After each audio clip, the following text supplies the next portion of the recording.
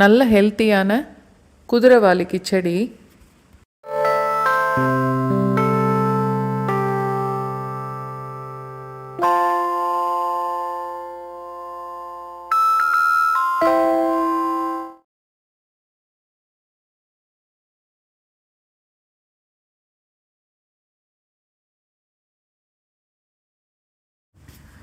தாளிக்கிறதுக்கு 4லேருந்து 5 ஸ்பூன் நெய், ஒரு பிரியாணி இலை, 1 ஸ்பூன் சீரகம்,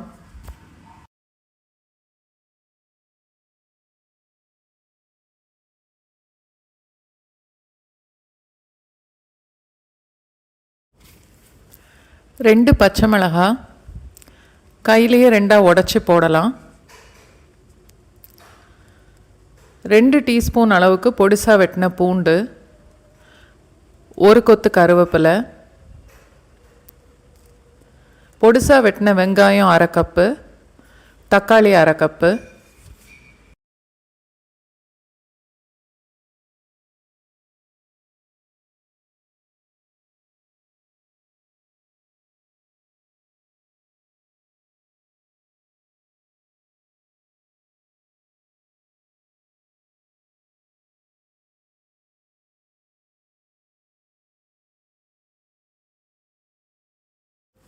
சேனல் சப்ஸ்கிரைப் பண்ணவங்களுக்கு ரொம்ப நன்றி.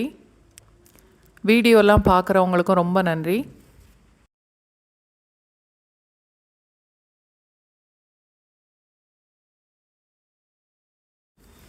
தேவையான அளவுக்கு உப்பு சேர்த்து 30 செகண்ட்ஸ் வரைக்கும் வதக்கணும்.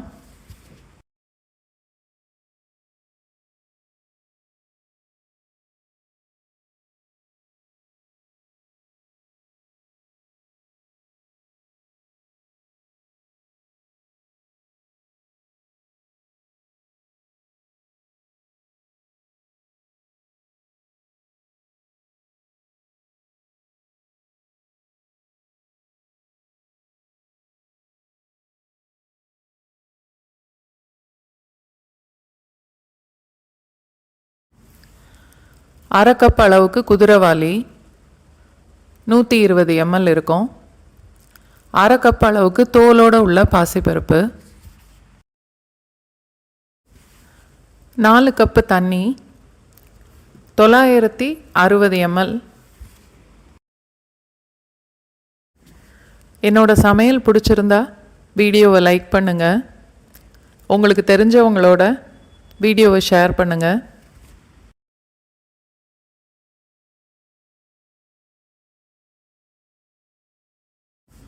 அரை ஸ்பூன் மஞ்சள் தூள் சேர்த்து நல்லா கலந்துட்டு குக்கரை மூடி மீடியம் ஃப்ளேமில் வைக்கணும்.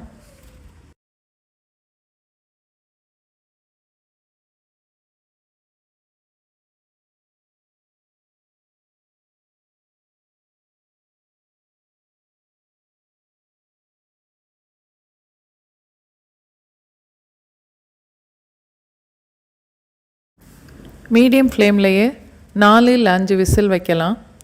இல்லைன்னா ஒரு விசில் வந்த பிறகு லோ ஃப்ளேமுக்கு மாற்றிட்டு 7லேருந்து 8 நிமிஷம் வச்சுட்டு அடுப்பை ஆஃப் பண்ணிடலாம்.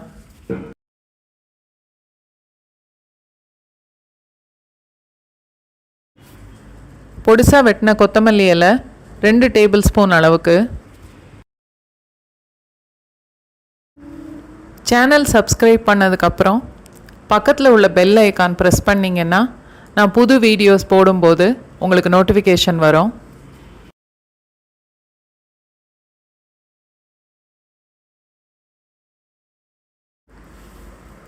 இந்த கிச்சடி வெண்பொங்கல் மாதிரி தான் இருக்கும்.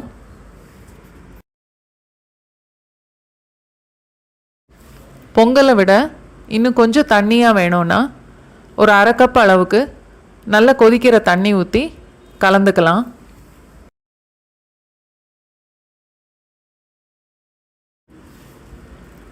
குதிரைவாலி இல்லாமல் எந்த மில்லட்டில் வேணும்னா கூட இந்த கிச்சடி செய்யலாம்.